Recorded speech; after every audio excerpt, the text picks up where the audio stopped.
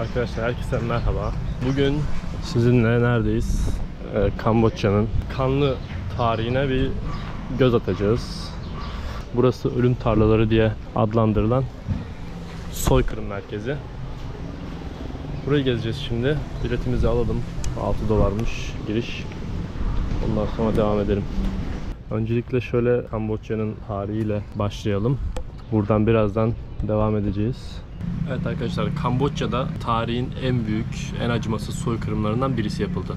Ve şu anda Phnom Penh'deyiz. Bu soykırımın müzesindeyiz. Ölüm tarlaları diye geçiyor. Burada soykırım sırasında öldürülen, işkence gören insanlar ve onların işkence gördüğü yer burası. Kamboçya yaklaşık 100 yıl boyunca Fransızlar tarafından sömürüldükten sonra 1953 yılında Fransızlardan bağımsızlığını kazanıyorlar. O dönemdeki kralları Sihanouk yönetiminde 1953 yılından sonra yaklaşık 15 yıl boyunca huzurlu, güzel bir dönem geçiriyorlar. Fakat sonra 1955 yılında başlayan ABD-Vietnam Savaşı'nda Amerikalılar Vietnam'ın gerilla birlikleriyle başa çıkamıyordu ve sürekli kaybediyorlar. 20 yıl süren bu savaşın 14. yılında Amerika Vietnam'a destek veren tüm gerilla birliklerini yok etmek için 1969 yılında Kamboçya ve Laos dahil çevredeki tüm köyleri bombalamaya başlıyor. Ve bu bombalamalar sonucunda Kamboçya'nın sınırlarında, köylerinde yaşayan birçok insan Kamboçya'nın büyük şehirlerine kaçmak zorunda kalıyor. Ve 4 yıl süren bu bombalamaların sonucunda Kamboçya'daki pirinç üretimi %80 oranında düşüyor.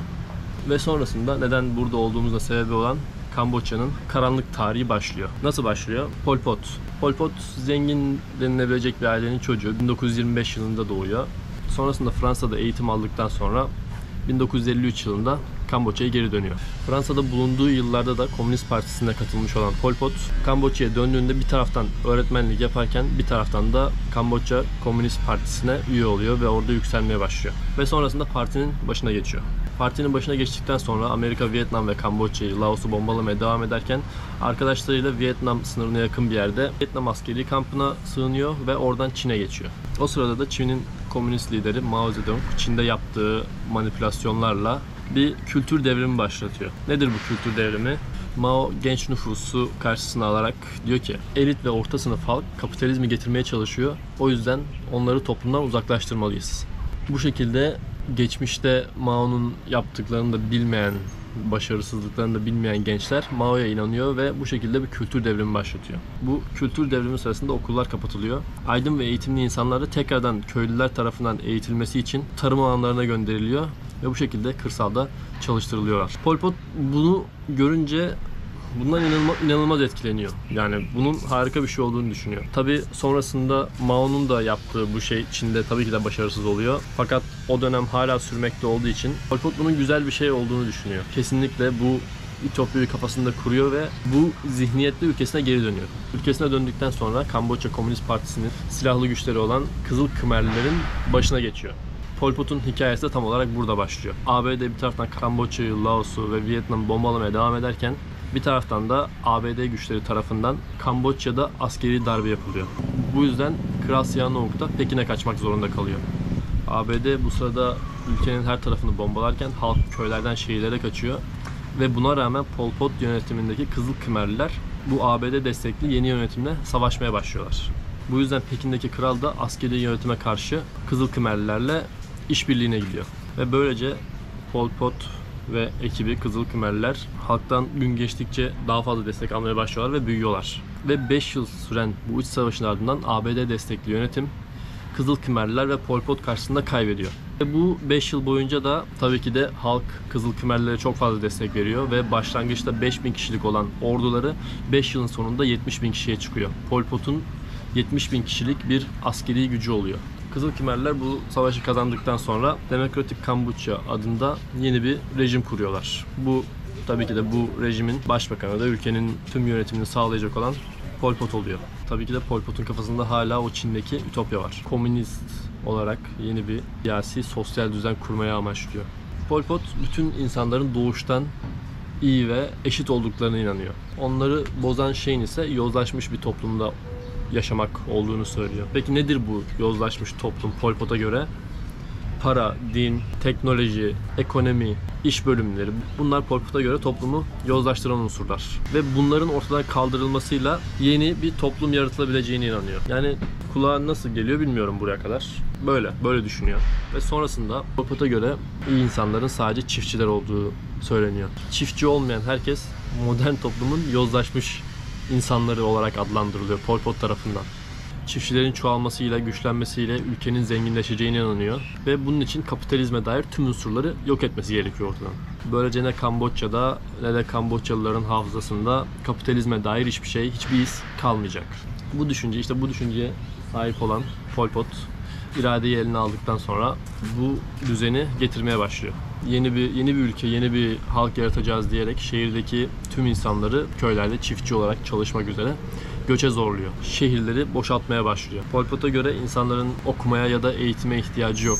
Bunlar gereksiz. Herkes çiftçi olursa her şey güzel olur. Tek yapılması gereken şeyin tarım olduğunu düşünüyor. Yeni düzenle beraber Merkez Bankası'nı ve diğer tüm bankaları kapatıyor. Ülkenin dış dünyayla tamamen bütün ilişkisini kesiyor. Üniversiteler, okullar, gazeteler, dergiler tamamı kapatılıyor. Ve Pol Pot ülkesinde kapitalizme dair en ufak bir iz istemediği için eğitimli insanları, kendini geliştirmiş eğitimli insanları öldürmeye, katletmeye başlıyor. Yani bir taraftan halk köylerde çalışmaya zorlanırken buna karşı bile gelmeyen eğitimli insanları ülkesinde istemiyor. Çalışacak bile olsa, tarım yapacak bile olsa onların hiçbirini istemiyor. Gelecekte Pol Pot'a problem olacaklarını düşündüğü için bu insanları öldürmeye başlıyor. Hatta kalem taşıyan, gözlük takan insanlar falan hani bu belki bir şey biliyordur, belki eğitimlidir diye sorgusuz sualsiz katlediyorlar. Ve bununla kalmıyor. Eğer bu öldürdüğü, okuma yazma bildiği için atıyorum, öldürdüğü bir adamın veya bir kadının çocuğu varsa, bebeği varsa gelecekte bu da bize problem olur, bana karşı baş kaldırır diye küçücük çocukları ve bebekleri de katlediyor. Hiçbir şeyden haberi olmayan bir çocuk işkencelerle öldürülüyor. Evet, şimdi birazcık daha içeriği gezelim, bakalım.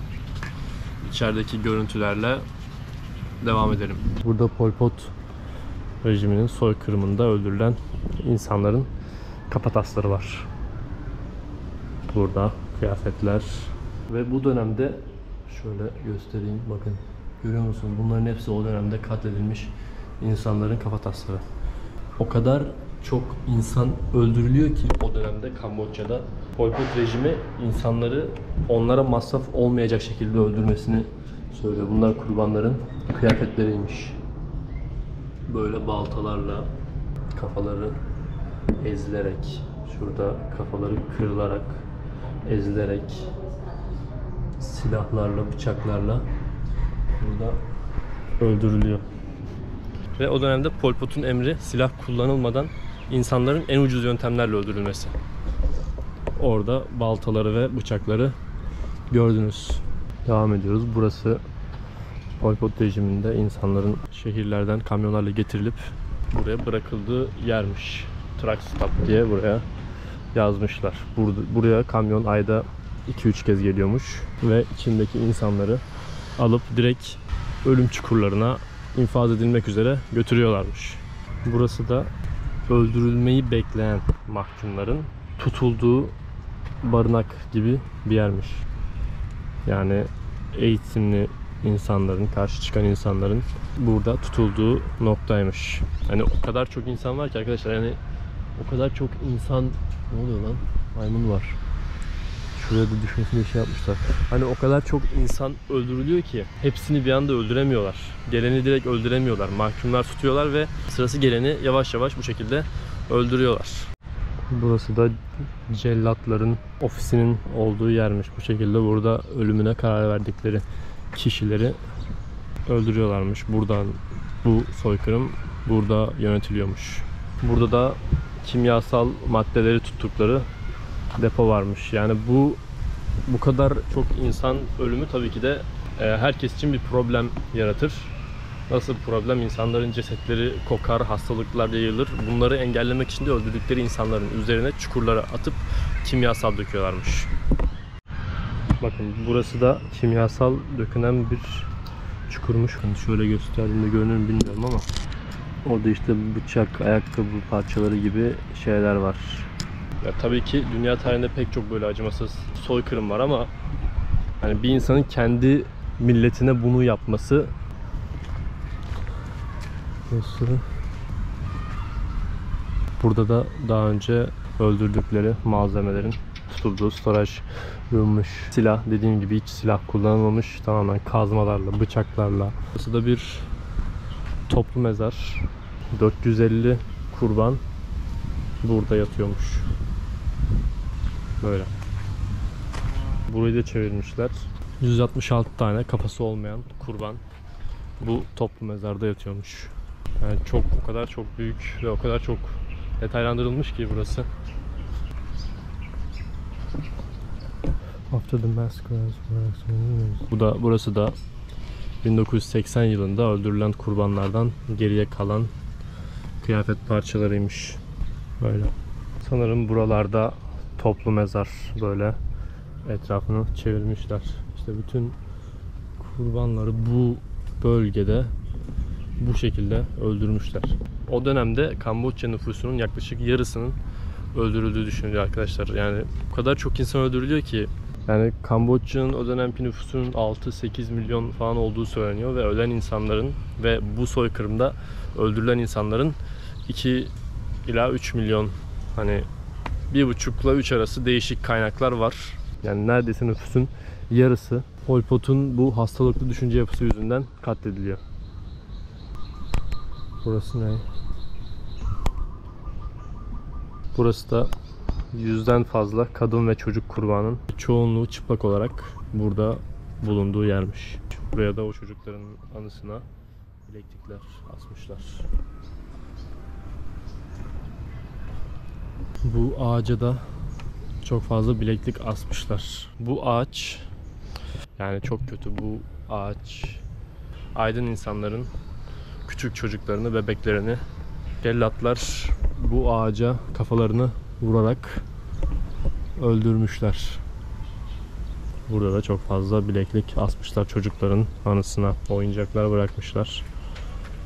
Biberonlar, oyuncaklar falan. Yani hiçbir şeyden, dünyadan haberi olmayan bir çocuğun kafasını bu ağaca vurarak öldüren, ortadan kaldıran bir yönetim. Sonra da buraya atmışlar. Yani arkadaşlar bu olaylar çok öyle eski bir tarihte olmuyor. Bunların hepsi 1970 yıllarında oluyor. Hala da Kamboçya'da bu dönemleri görmüş, yaşayan insanlar var. Yani 60'lı yaşlarındaki insanlar Kamboçya'nın bu dönemlerini görmüş, yaşamış ve kurtulmuş insanlar. Yani 10 yıl öncesinde, yani belki 10 yıl öncesinde, 20 yıl öncesinde Kamboçya'yı ziyaret eden birisi şehirde yaşayan birçok insandan canlı olarak bu dönemleri dinleyebilirdi. Şu anda da hala yaşayan tabii ki de var. O dönemleri görmüş olan insanlar var. Bu da insanların kemikleri, bu da ve dişleri. Zaten böyle, yani Kamboçya'da yaşlı bir insan gördüğünüzde genelde problemli oluyorlar.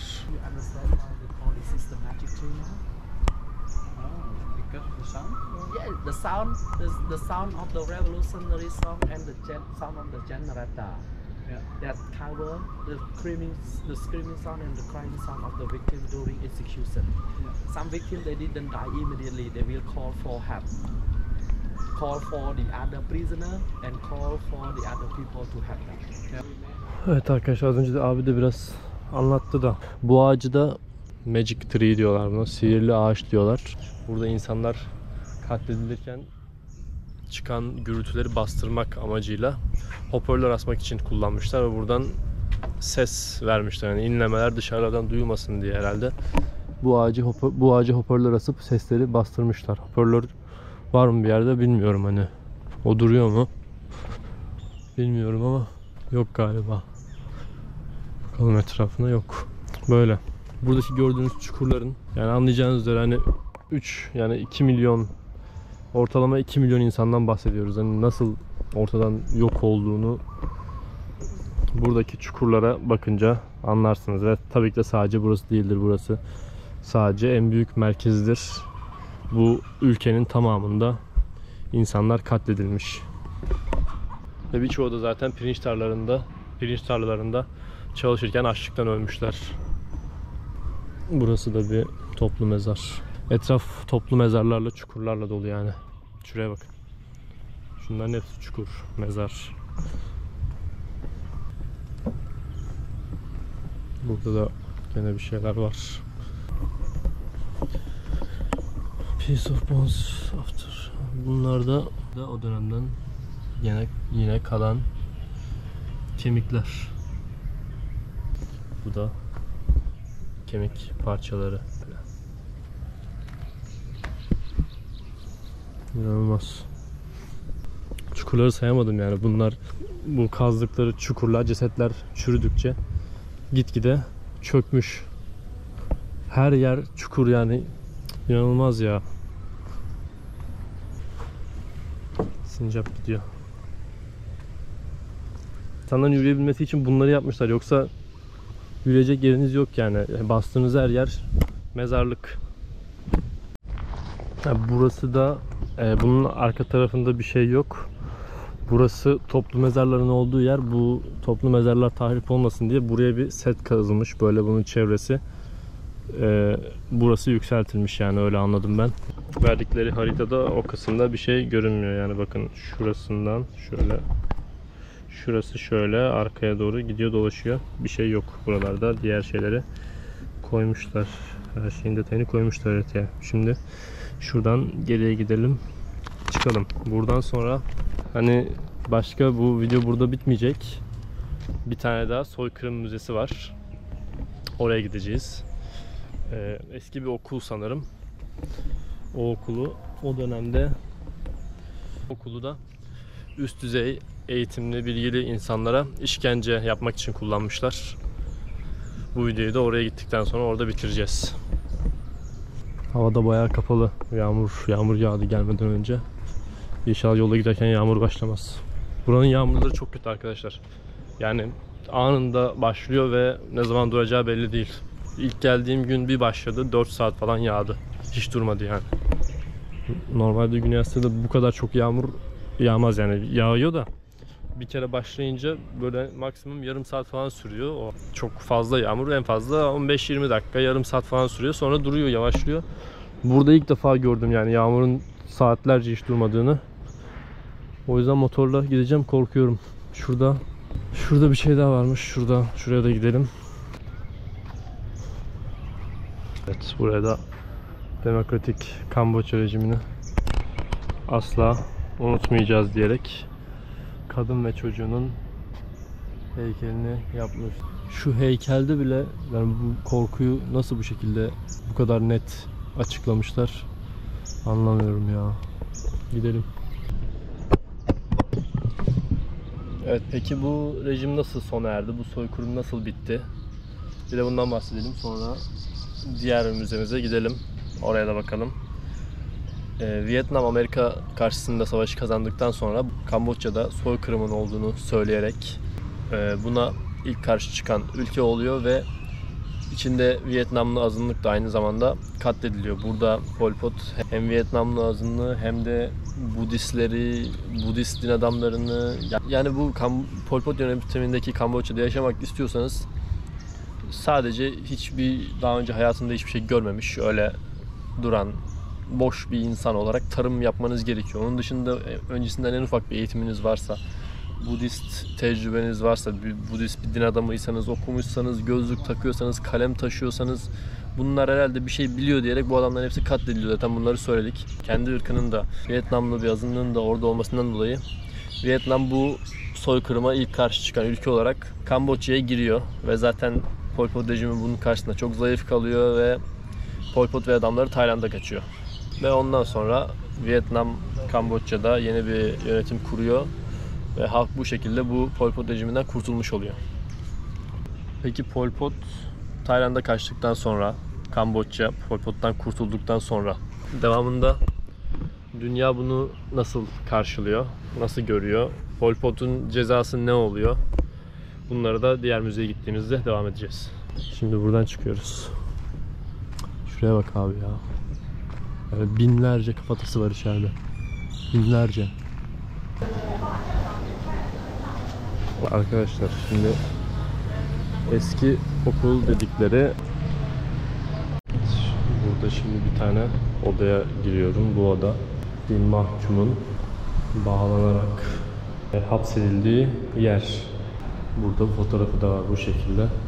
Ayaklarından bağlanmış ve bu kutuları da tuvaletlerini yapmaları için bırakıyorlarmış. Bu şekilde. Burada o dönemin üst seviye insanları, hani diplomatları falan bu hapishanede sorgulanmış ve işkence edilmiş. Yani bu eski bir okulmuş burası. Burası da başka bir oda. Aynı şekilde. Bu fotoğraflar arkadaşlar şey değil, temsili değil. Burada insanların fotoğrafları çekilmiş daha. Bayağı bir insanların kameraya karşı yüzüne bakarak fotoğrafları çekilmiş. Bu fotoğrafları temsili olarak koyduklarını sanmayın. Bunların hepsi gerçek fotoğraflar. Mesela burada burası çökmüş. Burada yatağın yanında yatarken mahkumu çekmişler. Böyle. Burada hani oturduğundan mı çökmüş acaba burası bu kadar çok? Evet, sanırım o yüzden.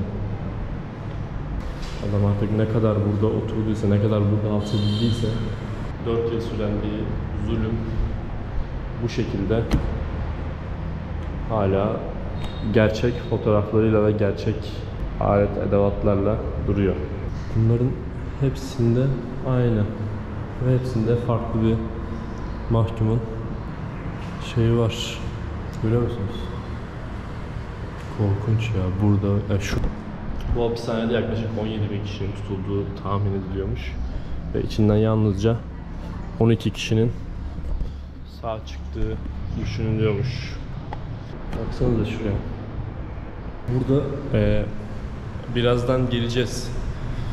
Bütün mahkumların rejim tarafından fotoğrafların çekilmiş olduğu, böyle vesikalık gibi kameraya bakarken çekilmiş olduğu fotoğrafları var. Onlar rejim tarafından çekilmiş. Burada yatakların başındaki mahkumların fotoğrafları Vietnamlı fotoğrafçılar tarafından çekilmiş. Vietnamlı askerler tarafından da diyebiliriz. Ve arkadaşlar bir de şöyle bir şey var. Bu Pol Pot zamanında insanlar farklı kıyafetler giyemiyor. Herkes tek tip giyiniyor. Dışarıda tarlalarda çalıştırılan insanların da farklı tarz bir şey giymesi yasak. Herkes aynı şeyleri giyiyormuş o dönemde. Küçük bir kız çocuğuna ait kıyafetler. O da bu rejimin kurbanı. Daha ilk binadayım. İkinci, üçüncü ve dördüncü bina var. Hepsi de 3 katlı. Hepsi açık mı bilmiyorum. Yani 17.000 mahkum burada tutulmuş ve 12 tanesinin canlı çıktığı söyleniyor. Ve hala o dönemde burada mahkum olan veyahut da o rejimden kurtulan birisi, burada mahkum muydu bilmiyorum ama o rejimden kurtulan birisinin yazdığı kitap var. Evet, dışarıdayız. Burada bir mahkumu canlandırmışlar. Mahkumları buraya asıyorlarmış. Normalde çocukların ip tırmanışı ve voleybol sahası olarak kullandığı bu noktada mahkumları buraya asmak için kullanmışlar ve bu içi su dolu kaplara da kafalarını sokuyorlarmış mahkumların. Şurada böyle bir çizimi var. Dikkatli olsun diyor.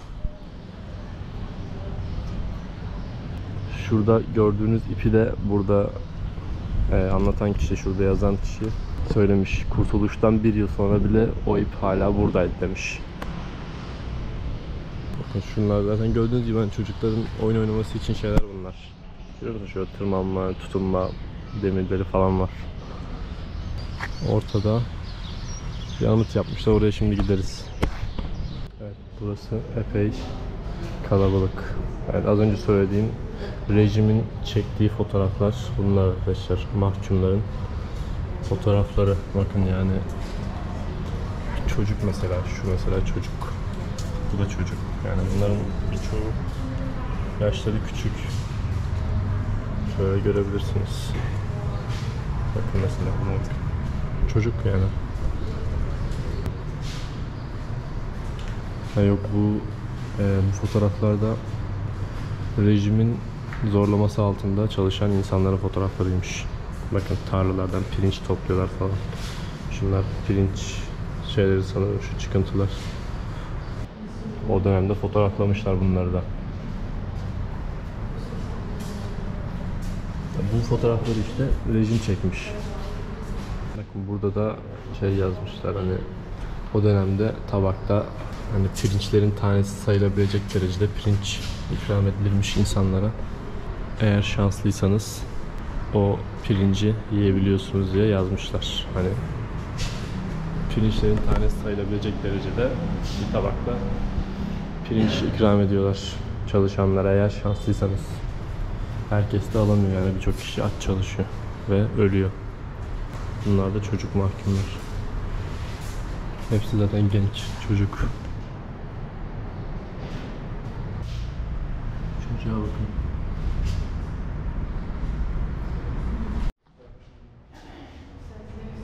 Hepsinin yüzünde ayrı bir ifade var.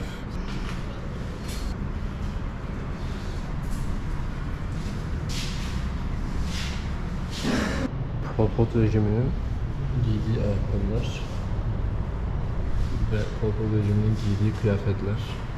Böyle bir önlük. Bu da o dönemde mahkumların giydiği kıyafetler. Görünüyor mu? Şöyle yaklaşayım, görüyorsun.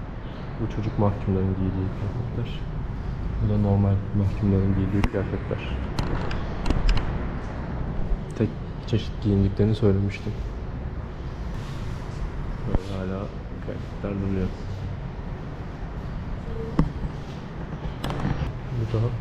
Bu da ruh hastası Pol Pot.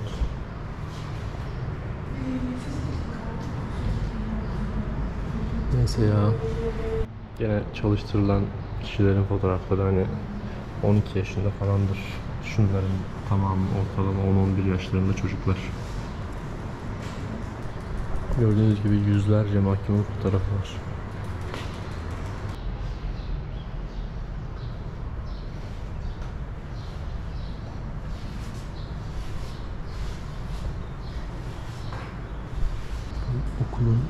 Okulun o az önce girdiğimiz yerlerin etrafı dikenli tellerle çevrili. Önceden hapishane olduğu sırada balkon kısımlar dikenli tellerle çevrili. Neyse abi, çıkıyorum ya. Binlerce fotoğraf var. Binlerce mahkumun fotoğrafını çekmişler. Yani neyin kaydını tutuyorsun ki yani? Mahkumların fotoğraflarını öldürmeden önce çekmenin anlamı ne? Çocuğun kafası paramparça. Pol Pot'un heykeli sanırım bu da. Dava bunun hakkında. Bunun hakkındaki mevzuları da birazdan anlatacağım. Bakın bu birinci dava, bu ikinci dava. Ortalama yani en fazla 20 yaşında bir kız bebeğiyle beraber Pol Pot rejimine poz vermiş. Ve arkadaşlar yani yerlerde de hep yani pas gibi duruyor ama pek de pas gibi gelmedi bana. Sanki buraya koyulan eşyaların yanında kanlar o ayaklarda kurumuş gibi duruyor. Yani pas öyle o kadar kırmızı olmaz diye düşünüyorum. Sanırım kan onlarda. Arkadaşlar bakın bakın o bahsettiğim abinin yazdığı kitap burada. Ve bu rejimden kurtulmuş abi de burada oturuyor. Yazdığı kitapta burada. Evet.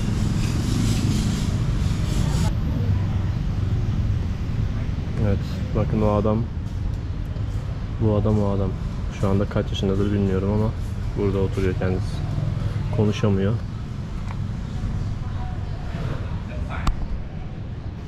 Çok da şey yapmak istedim, çekmek istemedim. Bakın burası da etrafı tellerle çevrili yermiş. Ben diğer taraftan söküldü sandım da büyük ihtimalle diğer taraflar da böyleydi. Şöyle çıkışı bu şekilde engellemişler. Evet, şimdi mahkumların tutulduğu bir başka yere geldik. Yani burada şimdi anlam veremiyorum yani bunları neden yapmışlar. Zaten onlarca mahkum tutuyorsunuz. Neden hepsini bu şekilde ayırmaya gerek duydunuz? Binlerce insanı neden bu şekilde ayrı tutmaya gerek duydunuz? Neden hepsini bir arada bir odaya kapatmadılar yani. Böyle ayrı ayrı yer yapmışlar mahkumlara. Burada da gördüğünüz gibi tuvalet kabı var. Şurada zincirlerden bağlı olarak burada tutuyorlar.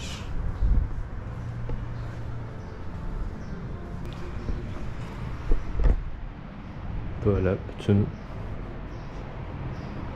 bu bina bunlarla dolu.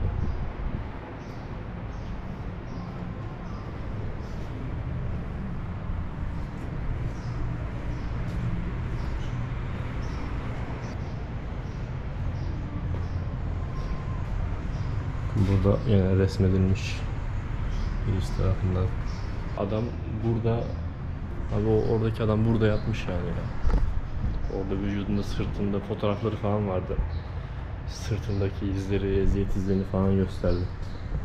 Onun hakkında bilgi vardır internette de çok fazla onlarla konuşmak istemedim. Zincir burada. İkinci kattayız. Daha da uğraşılmış bir kat. Şöyle daracık odalar. Burada küçük. Abi şu anda zaten burası şu anda geziye açıldığı halde o kadar havasız ve basıyor ki insanı, anlatamam. Burada onlarca insanın burada yattığını düşünemiyorum. Şu anda bile benim bu tahtalardan dolayı içim bir fena oldu. İçerisi berbat kokuyor.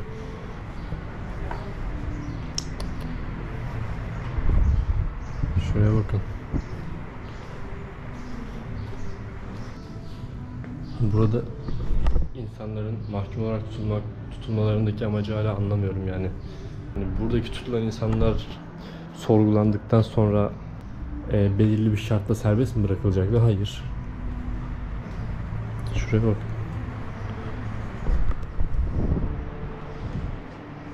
Bitti, bu kadar. Ulan aklıma şey geldi, şimdi buraya saklanıp birisi gelirken bir korkutsam var ya, burada bayılır herhalde. Şu an az önce aklımda öyle bir şey geçti. Neyse, ben çok şey yapmayın. Gideyim buradan, psikolojim bozulacak. Bitmiyor ki abi, gez bitmiyor ya. Video 1 saat falan oldu herhalde. 3. katta da böyle tamamen boş odalar var. Ha, burada bir şeyler varmış. Gene davalar hakkında şeyler yazıyor. Olayın gelişmeleri hakkında şeyler yazıyor.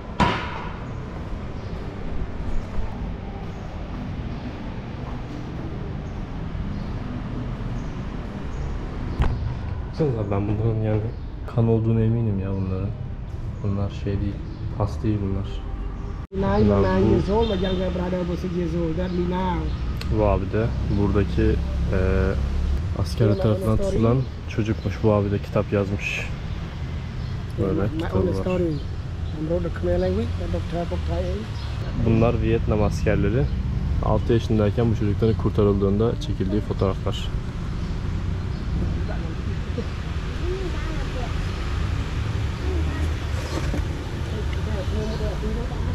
Thank you.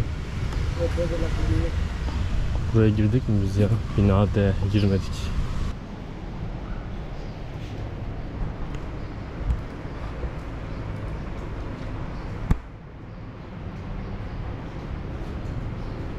Bakın kafatasında delik var, görüyor musunuz? Bu da kafasına vurularak öldürüyor insanlar burada.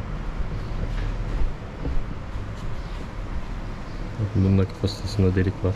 Kazmayla artık neyle vurarak öldürüyorlarsa, tamamen ezilmiş kenarı. Diğer müzede onlarca kafatası vardı ve burada da var. Böyle. Birçoğunun üstü çatlak. Çünkü bu insanların kafalarına vurularak öldürülmüş.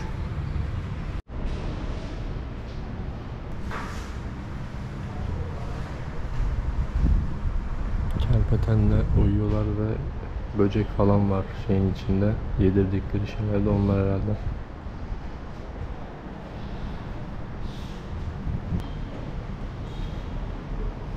Bakın o toplanan demirler, o odalardan ayaklarına bağlanan demirlermiş. O ilk gösterdim.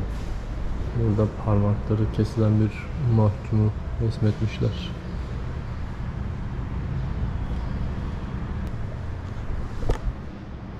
Burada da cinayet aletleri var. Görüyor musunuz? Baltalar, mızrak, baltalar, kürek, kazma, kürek. Bunların hepsi insanları öldürmek için.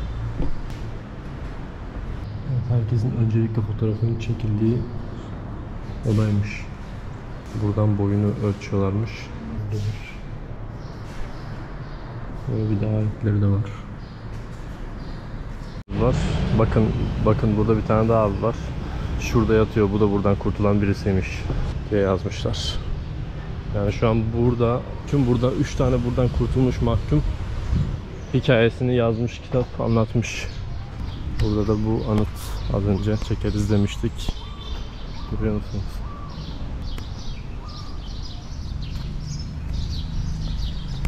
Evet abi, bu kadar olay yani bu 4-5 yıl süren bu katliam sonunda dünya basınında bu bir soykırım olarak adlandırılmıyor ve Pol Pot 79 yılından sonra 98 yılına kadar yaşıyor. Davası son bulmadan ev hapsindeyken hayatını kaybediyor. Kendi eceliyle ölüyor yani. Yani bir soykırım yapıp hiç yargılanmadan eceliyle ölen tek adam Pol Pot olduğu söyleniyor. Ve şu anda Kamboçya'da, kuzeyde, Tayland sınırında Pol Pot'un küllerinin yakıldığı yeri ziyaret edebiliyorsunuz. $2 karşılığında ziyaret edebiliyorsunuz ve fotoğraflardan gördüğüm kadarıyla mezarının başında tütsüler yakılmış, yani bir şeyler konmuş. Hala bu adama günümüzde sempati besleyenler var yani, bu Kamboçya'da bile var. Ben pek inanamadım görünce ama zaten devlet tarafından Pol Pot mezarının ziyarete açılması o da ayrı bir konu. Hani buna halk nasıl karşı çıkmıyor, neye nasıl izin veriyorlar, ben çok anlamlandıramadım.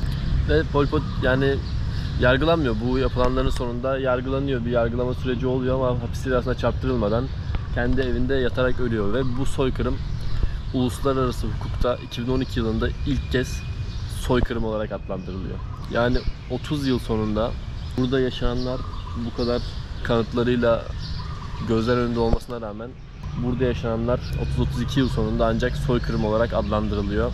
Ve o içeride az önce davalarını gösterdiğim adam 2012 yılında ilk kez hapis cezasına çarptırılıyor. Ve Pol Pot'un yardımcısı bu adamın da mahkemede söylediği sözler şöyle: zaten 91 yaşında, neye karar verirseniz verin, hapishanede öleceğim, Kamboçya halkının acılarını hatırlayarak öleceğim diyor.